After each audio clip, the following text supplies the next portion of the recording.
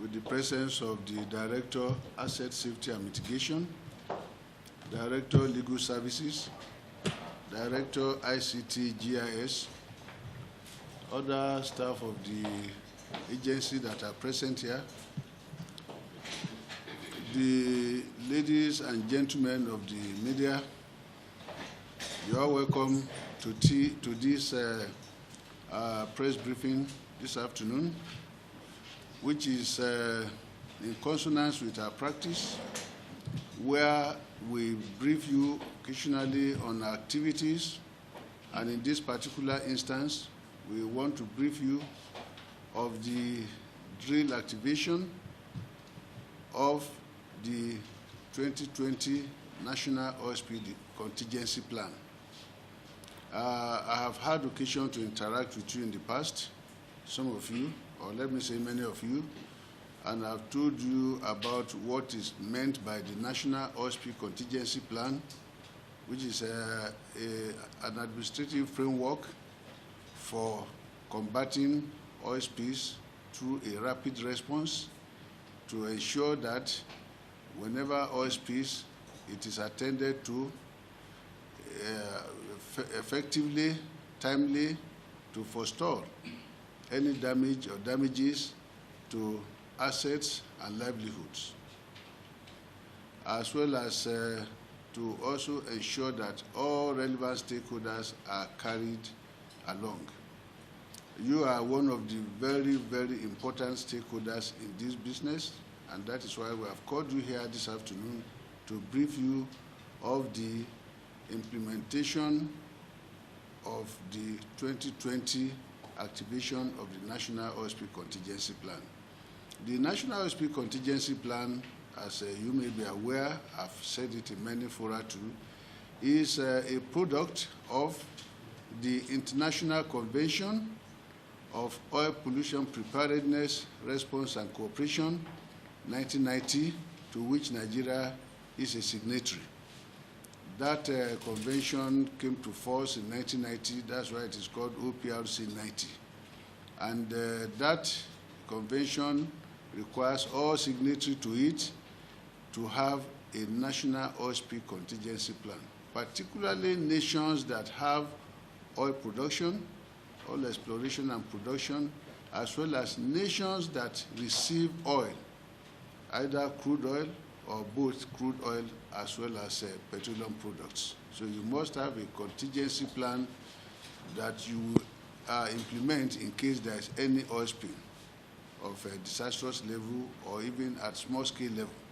Of course, we have 3 tiers of response system in the oil spill response management.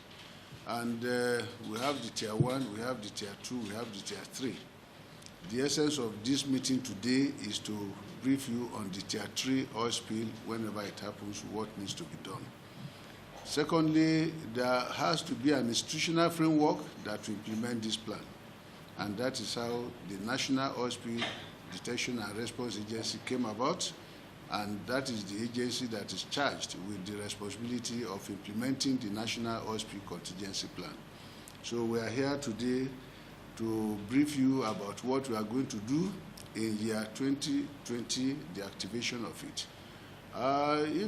Yesterday was not a Sunday, it would have been another anniversary of the speed that we had in December 2011, when we had a spill of national significance at Bonga in the offshore, deep offshore Nigeria.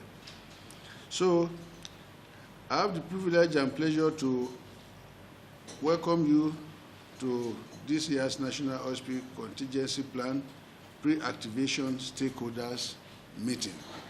Earlier in the day, we had a stakeholders meeting with those who have one role or the other to play in the implementation of National OSP Contingency Plan. So we're on another stretch now, which is your own, because whenever there is such a speed, it behoves on us, the implementers of the contingency plan, to brief you so that you can disseminate information to members of the public to allay their fears in case anybody is in panicky position. And you also recall, sometime about 6 weeks ago or so, we had cause to call some of you here to brief you of what the activities are when we had a tank farm fire in Apapa, Lagos. And we told you to be calm, the exercise was under control. Precisely such things are supposed to be done. Otherwise, you leave the stage for people to continue to guess. And people now formulate so many types of stories, and they may not be actually what the case is. So there is a need for you to be properly briefed. The pre-activation stakeholders meeting today is to ensure that all stakeholders are properly briefed on the forthcoming activation, which is coming up tomorrow. We are going to be having this year's activation virtually. Before now, it had been on one-on-one, just like we have here. But because of the COVID-19 pandemic, most of the activities we have had from March this year to date have been on virtual basis. And somehow, it has worked fine for us.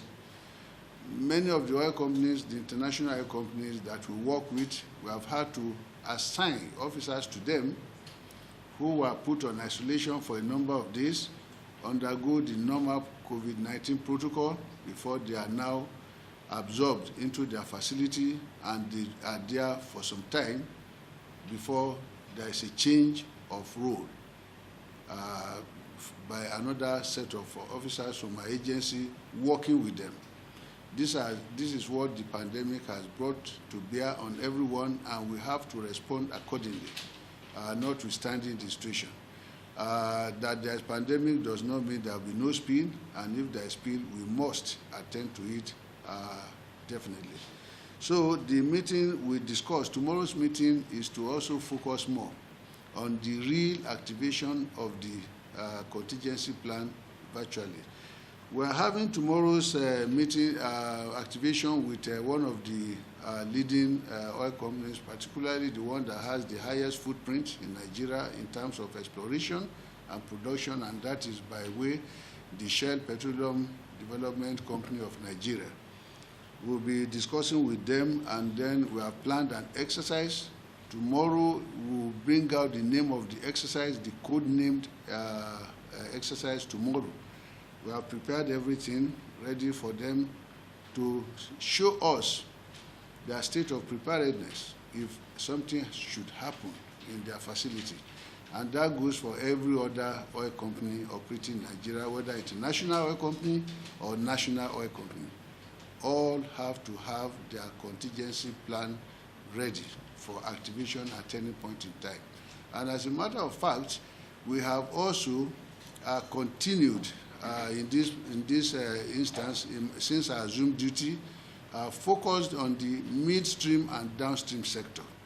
And again, we have had the opportunity to test run the capability of the midstream by what happened about 6 weeks ago when the OVH tank farm at Apapa was engulfed with fire.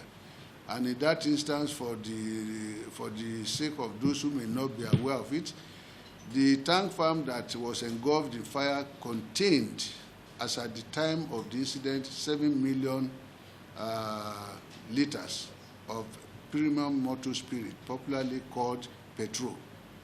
And adjacent to it, within the same yard, is another tank that contained about 300,000 aviation fuel. And then not far from it is a gas plant. And of course, you know what it means if a gas plant, not the little ones in cylinders, the big tank gas farm from where, the big gas tank from where trucks, tankers load gas to dispense in other places that people go for retail gas. If that should explode, you know what the implication is going to be on us as a nation. Ordinarily, we would still be counting our losses, but somehow, because of contingency planning, such things were not able to happen.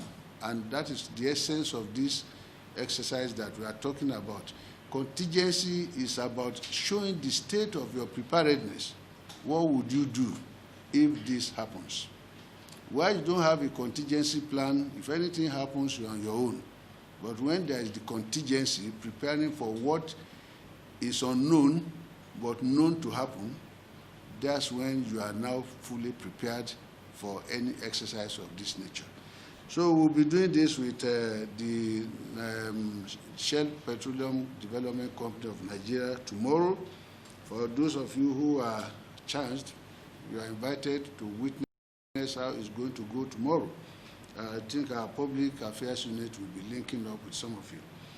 The implementation of NOSIP, National OSP Contingency Plan, is a collective responsibility that requires the participation of stakeholders. Like I said, the stakeholders involves you as the media people. It involves the oil companies themselves. It involves the military, the police, the Nigerian Security, Civil Defense, the Federal Ministry of Health, Federal Ministry of Works, Federal Ministry of Water Resources, state and local governments, including some NGOs that are environment that have environment as their mandate. All of these people have one role or the other to play, and the roles depend on what kind of activities you participate in.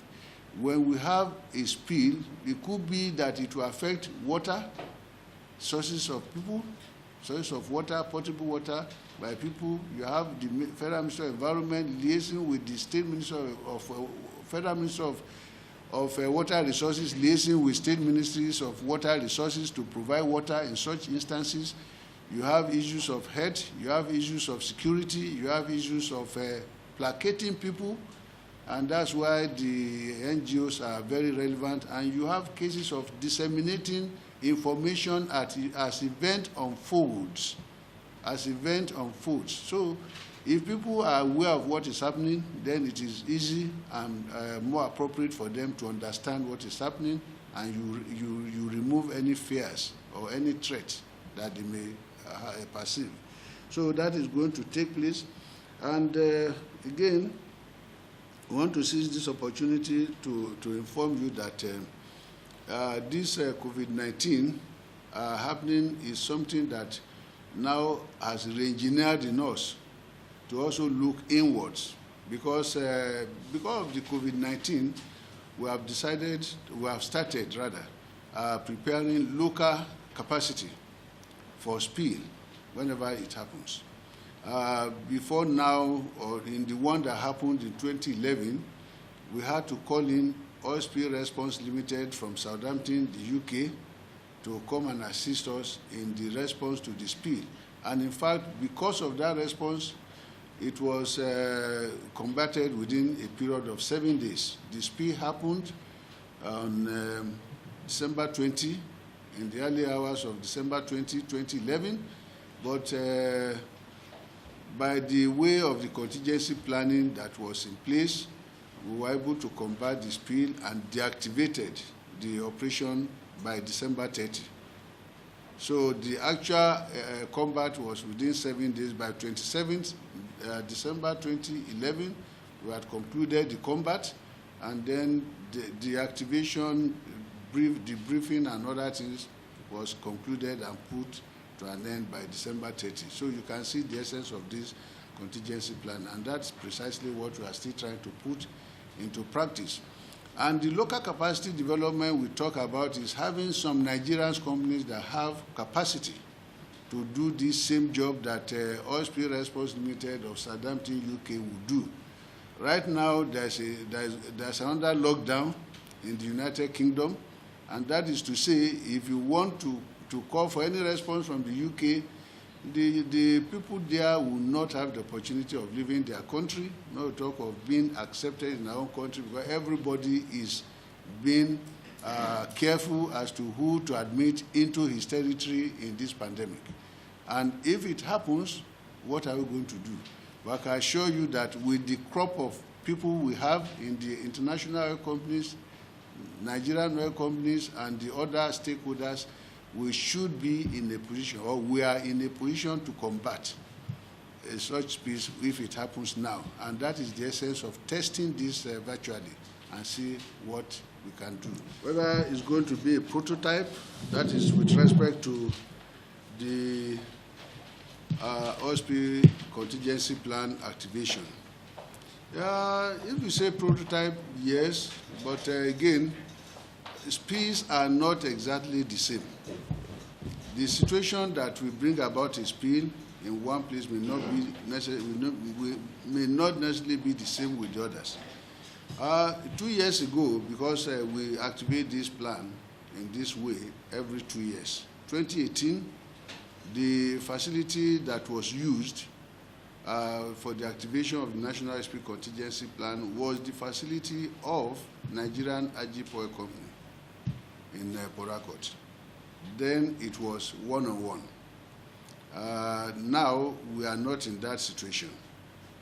We are now in a different scenario, different situation, whereby we cannot have access direct as we used to be, as it used to be. So we are doing it virtually, but this time around we are doing it with the Shell Petroleum Development Company of Nigeria. So, and that is one of the new innovations occasioned by the pandemic. It wasn't intended, but that is what the situation has brought to bear on everybody worldwide. You need to find yourself out of any situation that you are in. That is that. With respect to the question of ASO radio and television, the tanker explosions is a matter of concern for us in this agency, and we believe it should be a matter of concern for some other stakeholders. I'll give you those other stakeholders. The Department of Petroleum Resources should be a concern for them. It should be a concern for the Federal Road Safety Corps. It should be a concern for the Tanker Owners Association of Nigeria. That is especially those who are in the NUPENG group that own these vehicles. You know, sometimes when action is to be taken against any of these tankers, particularly whose drivers are very unruly, very crude in the way they do things, you see them threatening the whole nation. We are going to down tools, and people are panicking, and before time you say, okay, go ahead. I think the time has now come for us to take the bull by the horn, and that is to remove all those aspects that make some people feel to be above the law. Because if you look at the number of explosions, accidents at what is called Otedola Bridge in Lagos, I think you should be able to count 10. What is responsible? Take a look at the condition of the vehicles in the first instance. We had a virtual meeting with the Federal Road Safety Corps the other day, and we itemized some of those issues of concern. It's not our responsibility to check the state of the vehicles, the tankers that carry these products. But if you look at them, perhaps you may have to be a little bit more observant. Something unlike before, when we had occasional explosions, where the same tanker that was used to carry PMS is used to carry kerosene, is used to carry diesel. You have a lot of cross-contamination.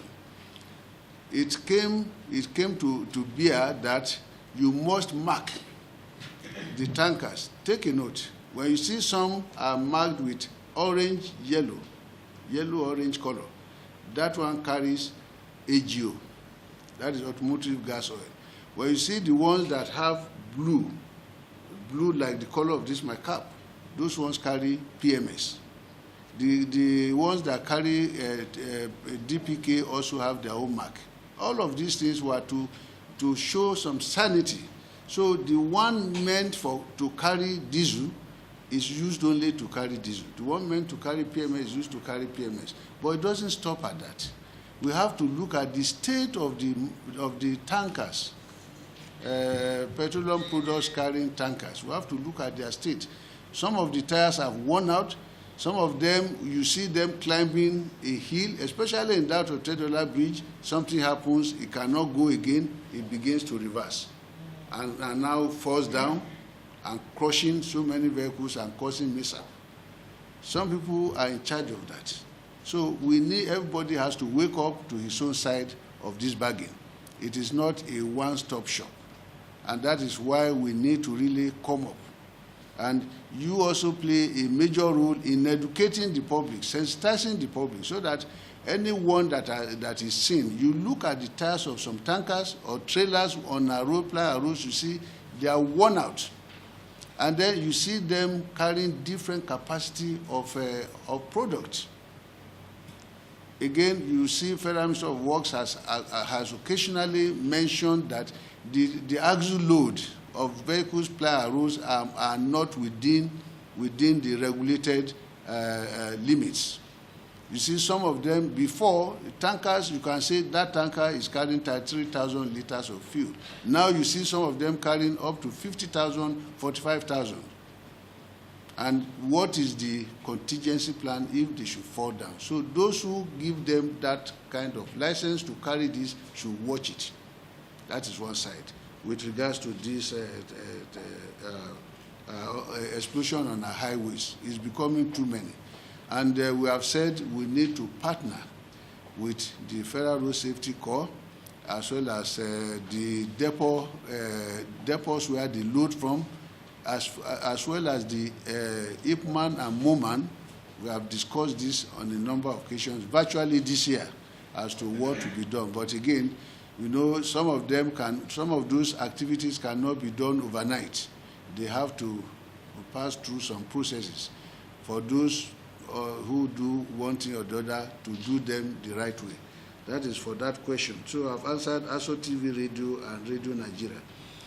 Going to the nation, any spill in the last 8 months? Of course, yes. When we do say oil spill in Nigeria, oil spill is supposed to be an accidental thing, but we have it as a routine in Nigeria.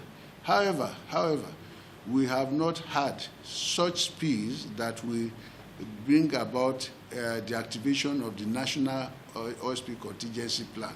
But there had been spills that were restricted within Tier 1 and Tier 2. That is in the region of 250 barrels and below. We have had those ones.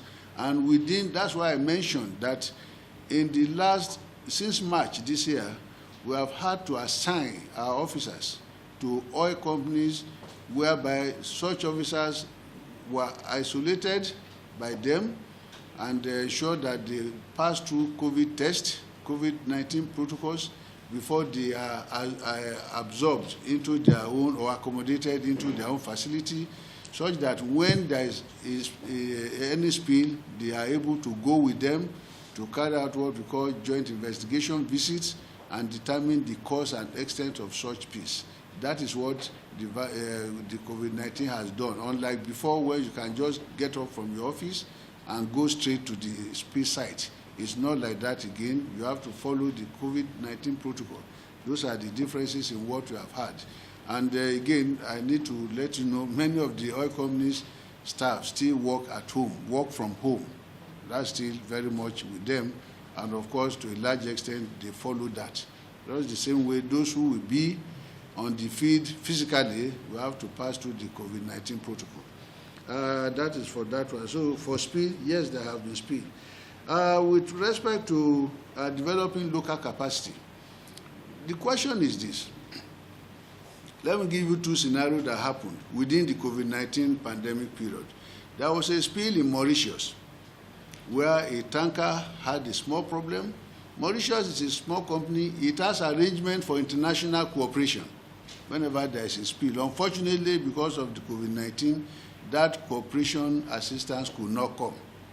And then the oil spilled into the Mauritius waters.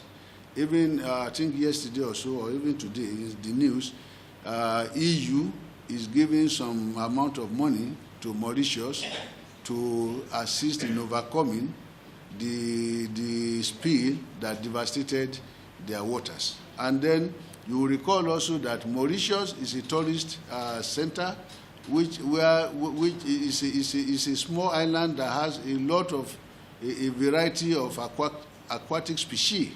that attract tourists to come to the place, and they also have fine beaches.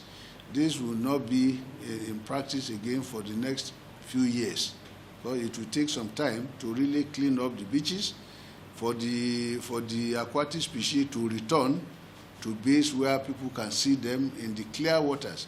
Mauritius is known to have very clear, clean seawater. So that is what oil can do. And because they have no local capacity, see what happened to them. Second example is that of Singapore, where a tanker had a problem, and because adequate assistance could not come, the tanker broke into two and spilled the quantity, I think about 2 million barrels of oil. So they are still battling with that. It takes time before you can get out of such problems.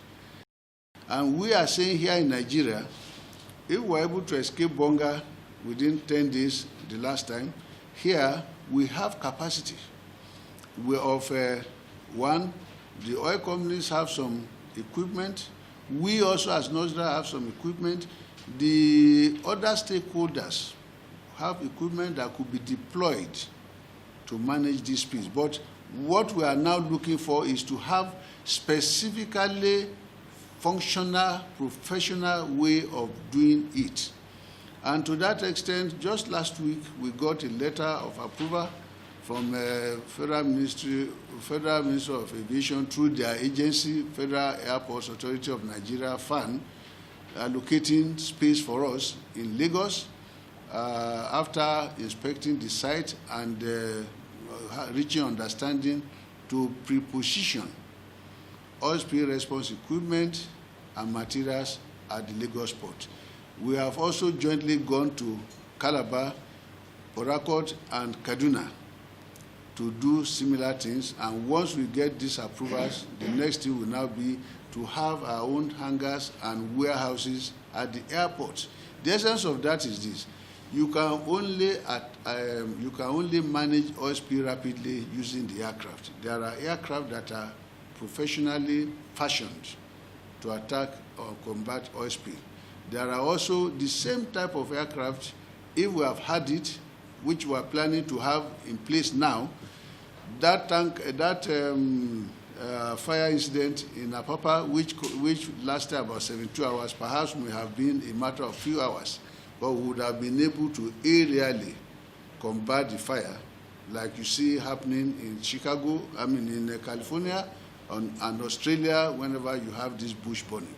So these are the kind of things we want to put up here, so that even if there is pandemic, we have enough resources in Nigeria to cope with it. If for any reason you are not in agreement, for whatever reason, with a country that can lend you assistance, you have enough capacity to deal with whatever contingencies you have in your country. That is the essence of that. Thank you.